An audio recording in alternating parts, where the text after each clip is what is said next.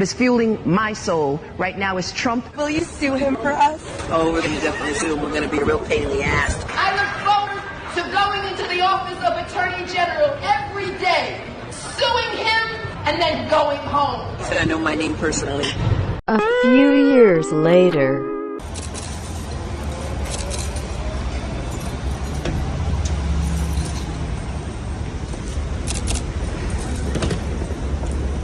Ms. James, do you have any comments with the ICE raids happening downtown? Does the AG's office have any opportunity to do any? We sent out information. We need video. Thank you. New York Attorney General Letitia James just pleaded not guilty in federal court in Norfolk, Virginia. It is her first court appearance on a 2-count bank fraud indictment tied to a 2020 home purchase. Prosecutors say Letitia James signed a second home rider agreeing the property would be for her personal use, which got her a better loan term. They say she then rented that house out to a family member instead of actually living in it. Expected to file now, she and her attorneys, a motion to dismiss the case, which she has called vindictive and selective prosecution. She's expected to speak at any moment outside court. We will take you there live. Remember, she ran on taking down Trump. That was her policy change that she was pitching. She is in the law, not necessarily a politician. Boy.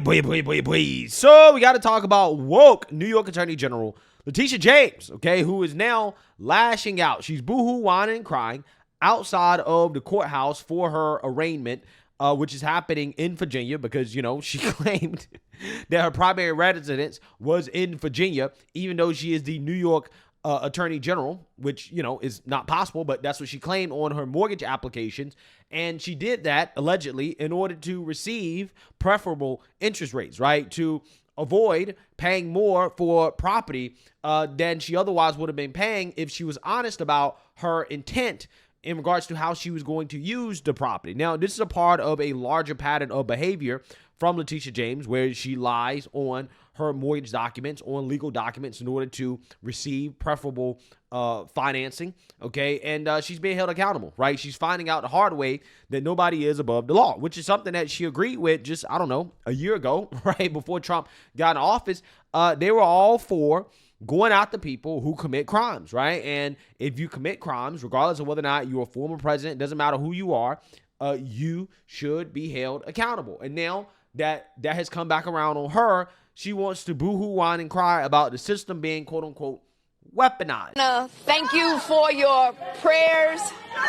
I want to thank you for your emails. I want to thank you for your support. It has strengthened my spirit and it has anchored my soul, and so I want to thank you. But this is not about me. This is about all of us, and about a justice system which has been weaponized. A justice system which has been used as a tool of revenge. This justice system which has been used as a tool of revenge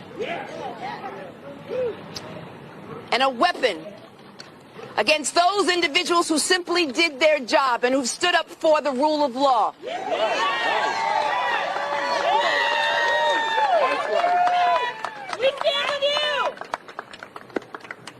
And a justice system which unfortunately is nothing being used as a vehicle of retribution. But my faith is strong.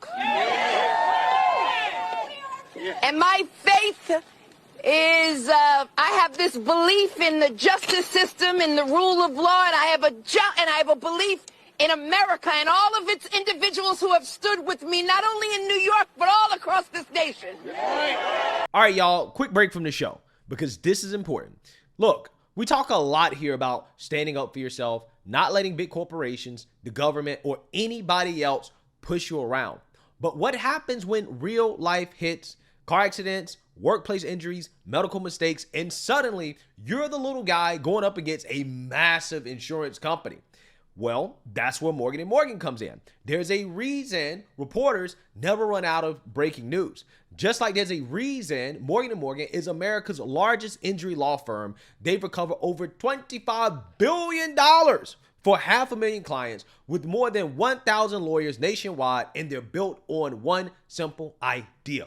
For the people. That means when you're hurt, you don't pay them a dime up front. They only get paid if you win. And trust me, these big companies have teams of big lawyers working against you. You need somebody just as powerful fighting for you. When you hire Morgan & Morgan, it's like hiring a legal army that has your back. If you're injured because of somebody else's negligence, you deserve to be paid. So if you've been hurt in an accident, at work, or anywhere in between, don't roll the dice alone. You can check out Morgan & Morgan. Their fee is free unless they win.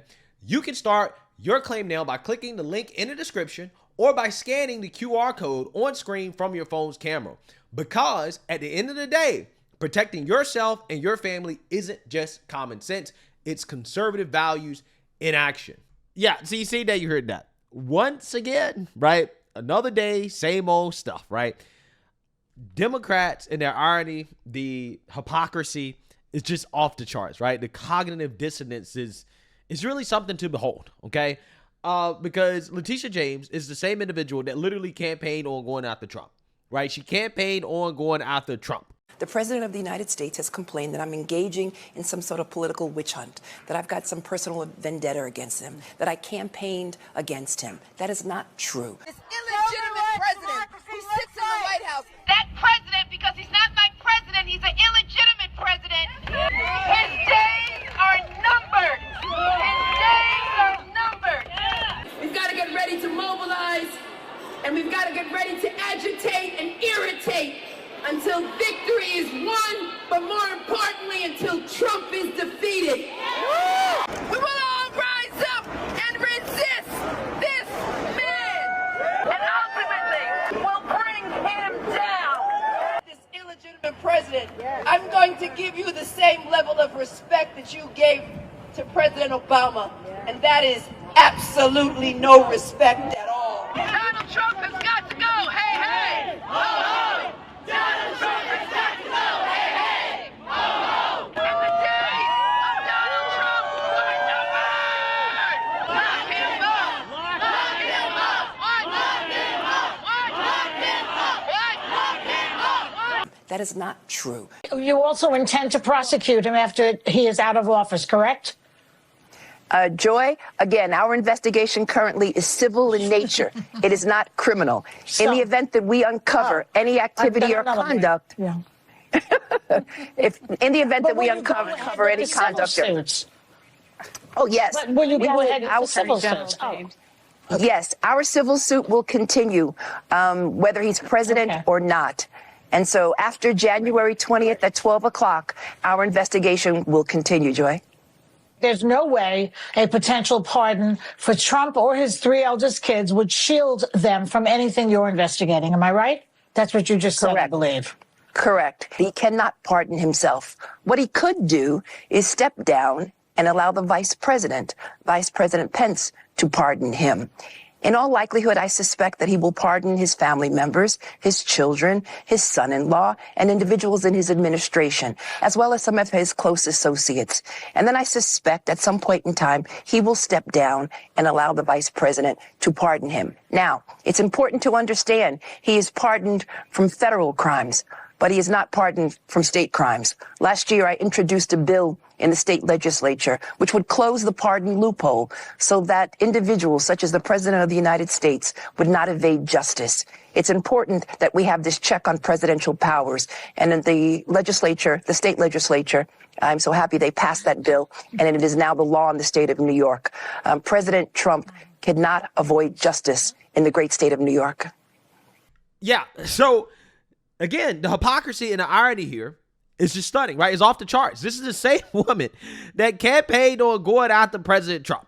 And then she got into office and she weaponized her office to attempt to bankrupt the president. She tried to steal the president's properties, right? His iconic properties in Manhattan. She tried to do that based off bogus business fraud allegations. And the appeals court basically got rid of the damages that were levied against President Trump, like the actual financial penalties, because again, Letitia James was so egregious in her case going after the president, and the actual verdict in and of itself, the judgment is still being appealed, right? It could likely be overturned altogether, right? I mean, again, the damages, the money that Trump owed already was overturned. Again, the whole case in and of itself might get overturned, but yet she's boohoo-whining and crying about Trump weaponizing the system against her. When, again, this is the same woman that tried to bankrupt his family based off bogus allegations. It's amazing how that works, right? When the pendulum swings the other way, now all of a sudden these people want to boohoo, whine, and cry foul, right? When she literally tried to bankrupt the president. Let's say that. Let's just give Letitia James the benefit of the doubt here for just one moment and say that, yeah, okay, the president is weaponizing the DOJ to go after Letitia James, right? Well, what did you expect? You weaponized your office to go after him. You didn't expect that the same guy that your party tried to throw in jail, that lunatics in your party tried to kill, tried to assassinate, right? You went after him, his family, everything that he's built, okay? In order to stop him from becoming president. You didn't think that he would turn around and go after you? You didn't think he would seek revenge? I'm just saying, probably not very smart, right? Probably not very smart. Again, it's just funny to me how these people are acting shocked, Pikachu face, that they're getting some accountability, right? That they just can't weaponize the system against their political opponents and not have the same thing happen to them. Now, again, I don't know. I think that the charges are legit. Letitia James told us that nobody's above the law. So, hey, at the end of the day, I don't know if the president, directed the DOJ to go after her. I don't know if this is revenge or if this is, political. I have no clue, right? I claim ignorance, right? All I know is that nobody's above the law, right? Including Democrats, which is something that they used to believe. So, regardless of whether or not it's weaponized or whatever, it doesn't matter to me, right? Letitia James allegedly committed a crime. So, therefore, she should be held accountable. It's really that simple. But she's trying her best not to be held accountable. In fact, she's now begging the woke judge in this case to dismiss it because of this idea that it is political retribution. So, without further ado, let's react to MSDNC's coverage of Letitia James begging the woke judge to dismiss this case. And also on top of that, the fact that she did plead not guilty to the charges, of course. I mean, that should be no surprise. So, without further ado, let's get into it. Courthouses where no electronic devices are allowed inside, and so we won't know exactly what's happening until our producer comes out of the courtroom. But the judge in this case, Judge Jamar Walker, was actually a former prosecutor in this office in the Eastern District of Virginia, a Biden appointee, will preside over these pro forma proceedings where the charges will be read to the New York Attorney General, that charge of bank fraud and the other charge of lying to a financial institution. She'll have a chance to enter a plea. She can either do that herself or her lawyer will do it for her. There'll be a discussion of her rights, a discussion of terms of release, and then also some talk about the two motions that her attorneys have filed trying to attack this case. And it's worth also pointing out that we have some new reporting, first reported by ABC News, but that we've learned about a memo that was written by the original prosecutors in this case, two of whom have been fired, that seems to undercut the already weak evidence in this case, suggesting that, for example, the potential benefit that James got from this better mortgage rate on the second home amounted to as little as $15 a month. And this memo also pointed out that the rules around qualifying for a second home versus an investment property are vague, and therefore it would be problematic to win a conviction at trial. That was presented to the prosecutor. Obviously, they've chosen to move forward with this case using a prosecutor, Lindsay Halligan, who has never before prosecuted the case, was an insurance lawyer. And so here we are arraigning the New York Attorney General on these charges of mortgage fraud. Yeah, and I think it only continues to underscore the steep climb that prosecutors are going to have, including Halligan, in presenting this case. But Lisa, what do we know about the judge in this instance, as well as his record, and how that might be applicable here? Well, Ali, Judge Jamar Walker has only been on the bench since March of 2023. He was nominated to the bench by President Joe Biden. And prior to that, he served as an assistant U.S. attorney in the same district where he is a judge, the Eastern District of Virginia. He was an assistant U.S. attorney there for 8 years. Prior to that, he was an associate at a Washington law firm. But he is steeped in Virginia. He was born and bred on the Eastern Shore of Virginia, a graduate of the University of Virginia and its law school. The other thing that we know about Jamar Walker is that he is the first Article III judge in Virginia to identify as openly gay, lesbian, bisexual, or transgender. And the other thing I want to point out to you is that he is exceptionally young. He is 38 or 39 years old. I can't tell exactly which, but based on his date of birth, this is a very young judge who, again, has prosecutorial experience in the district where he is now a judge, where he is overseeing a case where the U.S. attorney who alone brought the indictment herself has never had any prosecutorial experience. This is a district that is proud of its record.